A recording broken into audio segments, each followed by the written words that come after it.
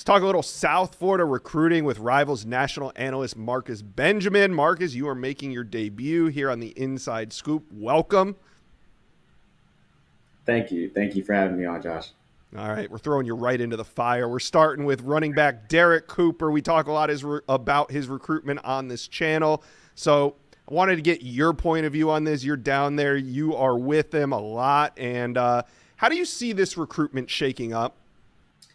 Yeah, this has been an interesting one for sure. I think you got to start with Miami, hometown kid, obviously out of Chaminade, Madonna High School powerhouse down there. Miami's done a great job in recruiting him as he's visited Miami several times. So I think Miami is in a good spot to keep him back home. But you have to watch out for the Georgia Bulldogs because Georgia obviously made a great impression with him a while back on an unofficial visit that caused him to commit to the Bulldogs. It seemed like for a split second, Mm-hmm. but the relationship is still strong between Cooper and the Bulldogs. So I would definitely watch Georgia in this recruitment. But now Texas is starting to make a move here. Hmm. I saw Cooper at OT7 Nationals and he was all decked out in Texas gear. And from what I gathered from him, that he is looking to visit Texas during the season, and was off of a recent visit to Austin as well. So the Longhorns definitely made a big impression on him. So if I had to say an unofficial top three at the moment, it would probably be Miami, Georgia, and Texas. We're still waiting to see when he is going to commit. He originally was going to commit in early July, but he has since delayed that commitment. I should be able to see him this weekend as he's participating in a 7-on-7 tournament down here in South Florida called the Crib Classic. So I'm hoping to get an update by the weekend. Yeah, Derrek Cooper could be taking this thing into the season. We'll see. I want to rewind a second. One recruitment that isn't going into, well, it still could, but Calvin Russell. And you were there. You were at that. I won't even call it a commitment. I'm going to call it an event because Calvin Russell walked in there like he looked like Mike Tyson in his prime, walking in 2 hours late to his own commitment ceremony with his posse, with all his boys coming in and making his commitment to Syracuse. What was the vibe like at that commitment? Well, it was definitely Miami to the fullest. So with all the glitz and glamour, I felt like the entire community that surrounded him was there at the event. It was positive vibes going all around. Of course, his mother was kind of organizing the all event with, his handler as well. It was definitely an event that gained in people or population. It just the crowd just kept getting bigger and bigger, and he did arrive fashionably late, about an hour after his scheduled commitment. He was scheduled to commit at 9. Actually, didn't commit until 10, and the vibe around that venue was all positive. Like I said, Michigan and Syracuse seemed like the popular choices kind of going into. I was asking around, Mm-hmm. just the coaches, players, and just others around, just to kind of gauge where they thought he would go. And a lot of people did think it was Syracuse, and Fran Brown and the Orange did end up winning in the end. So it was a great event, and I hadn't been to an event quite like that in all my times covering recruiting and announcements. But it was definitely one to remember, I would Yeah, say. an exciting win for Fran Brown and Syracuse. And I hate to say this now in the dust has just barely settled on his commitment, but do you think that we hear from Calvin Russell's recruitment again?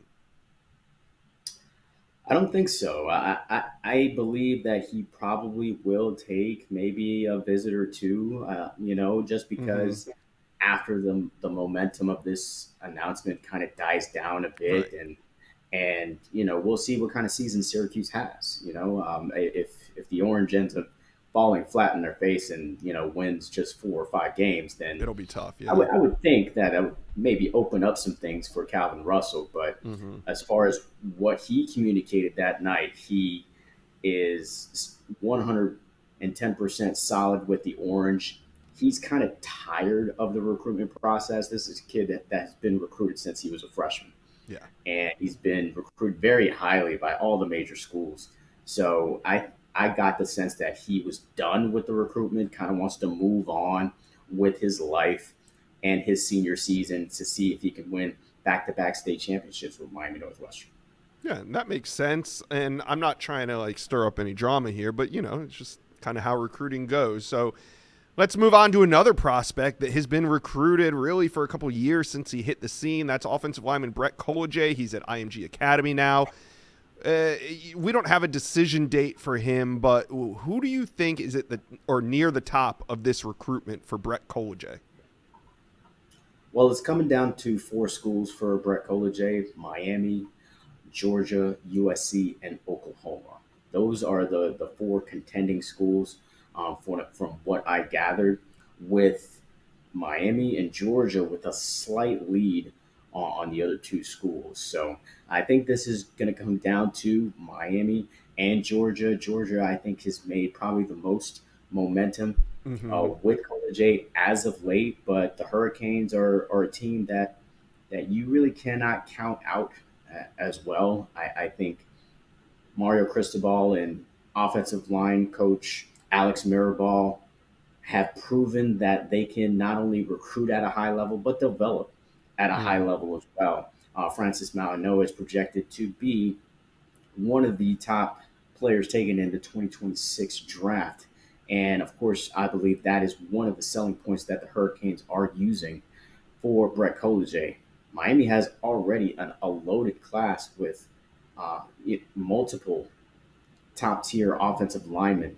So if they add a Brett Kolejay, it'd be hard to argue that their class would be uh, not better, not the best in the country. Georgia, of course, is a player that you have to watch pretty much in every recruitment if they are involved, Yeah. because Georgia has been successful in not only recruiting but also on the field as well, winning championships in the recent years. So they have that going for them. So I think it's pretty much a 2-team race, but it's going to come down to those 4 schools. All right. To Darius Hughes. The race should be over here. He's committed to Florida State, top 200 DB, one of the best players in the state of Florida. But there's some rumors swirling that maybe there's some flip talk with Darius Hughes. Who's involved here?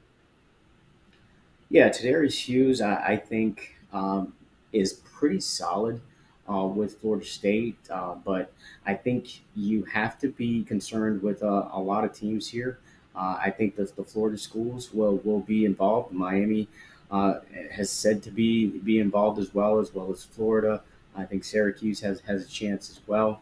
But I think for the most part, I think Tadarius Hughes will probably stay locked in with the Florida State Mm-hmm. Seminoles, but I think he will kind of entertain different schools along the way. So I think that it's an interesting recruitment to kind of watch, because he is now going to be more so in the limelight with like a Calvin Russell at Miami Northwestern, which is one of the powerhouse teams down here in South Florida. So I do believe that he sticks with the Seminoles, but there could be some other teams involved down the line.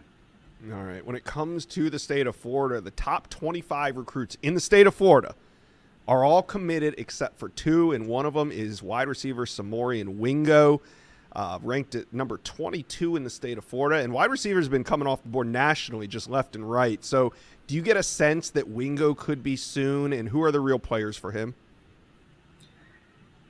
Yeah, I do think he, just like these others that are uncommitted, are hoping to commit before the season starts, really kind of get their commitment out of the way before they roll into their senior season. Samarian Wingo, outstanding talent. For first off, I do want to say he's a player that's maybe somewhat under the radar that could end up being one of the best receivers in college football down the line. I think it's going to come down to Florida and South Carolina. Although there's some other players involved, Alabama and Miami.